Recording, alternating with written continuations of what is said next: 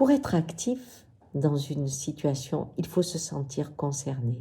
Et souvent, pour se sentir concerné, il faut pouvoir se projeter. Alors cela est très facile au niveau des liens humains, mais comment le faire avec la Terre? Ça, c'est vraiment un sujet difficile. Et je me souviens d'une fois où j'étais avec Paul en Cévennes et on allait à la rivière. Et à un moment, on est arrêté par un engin qui est en train de goudronner un chemin privé. Et chaque fois que je vois du goudron, je m'étouffe. Alors il me dit, ça va pas, Mamoun, t'es pas bien? Oh, je lui dis, j'y arrive pas, Paul. Et puis, je cesse de parler, on arrive à la rivière. Et là, je vois la trousse médicale qu'on avait, au cas où il arrive quelque chose. Je prends le sparadrap et je commence à lui en mettre sur tout le bras. Il me dit, mais pourquoi tu fais ça? Je dis, réfléchis. Si je te couvre de sparadrap, tu n'auras même plus besoin de te laver et tu seras protégé. Ah oui, me dit. Mais non, ça serait pas bien. Je sens que c'est pas bien. Je lui dis non, parce que ta peau respirerait plus. Et tu vois bien que quand on enlève le sparadrap, ta peau est blanche. Hein, elle ne respire plus. Eh bien, quand on met du goudron sur la terre, on fait la même chose. Alors, chaque fois que je vois un bout de terre sacrifié avec le goudron, figure-toi, j'ai envie de pleurer parce que j'ai le sentiment que c'est le corps, mon corps, qui est touché. Et on était là tous les deux et il me dit, mais ton corps alors c'est comme la terre? Ah, j'ai dit oui, on se ressemble beaucoup, la terre et moi, tu sais. On fait partie du même monde, hein? Donc on se sent très proches. Je lui dis par exemple, tu vois là on est à la rivière, eh bien regarde mes veines, tu vois, elles coulent, c'est bien.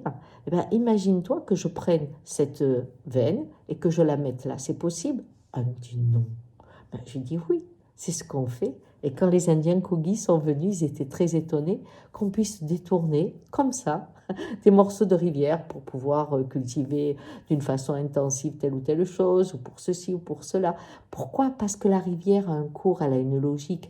Et en fait, la terre a une logique avec ses vaisseaux, ses veines, hein, des plus grands aux plus petits. Et quelque part, nous, on fait comme si notre logique prévalait sur la leur. Ah, il me dit oui, donc en fait, les veines, c'est les ruisseaux, c'est la rivière. Il me dit, et alors, la forêt, c'est quoi? J'ai dit, bah, la forêt, c'est tes poumons. Selon ce que tu respires, si tu fumes beaucoup, par exemple, tu vas avoir plein de goudron.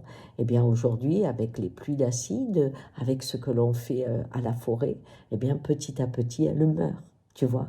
Et quand tu enlèves un poumon, tu n'en as plus qu'un pour respirer. Et aujourd'hui, avec toutes les forêts qu'on enlève, on va avoir un tout petit poumon pour respirer. Il me dit, alors tout est pareil. J'ai dit oui, et on est fait de 80% d'eau, tu vois, un peu comme la terre. Et nous, l'eau, on s'en fout, on n'y fait pas attention. Et je voyais cet enfant ouvrir les yeux et commencer à être un petit peu angoissé. Et il cherchait constamment les comparaisons. Et peu à peu, il les trouvait avec les eaux, avec tout ça, il trouvait. Et tout d'un coup, il me dit, mais alors, Mamoun, il faut vraiment s'en occuper de la terre. Ah, je lui dis oui, mais si chaque fois que tu la regardes, tu la fais résonner en toi, si chaque fois que tu es sur la route, quand tu es sur un chemin, tu penses à ta peau qui respire bien, tu vas pas marcher pareil. Alors on a fait ça.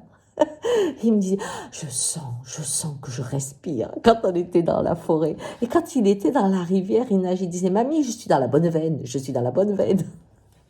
Et je voyais cet enfant, tout d'un coup, épouser la terre. Et je me disais, oui, il faut enseigner de cette façon pour que demain, il puisse la protéger. Ciao!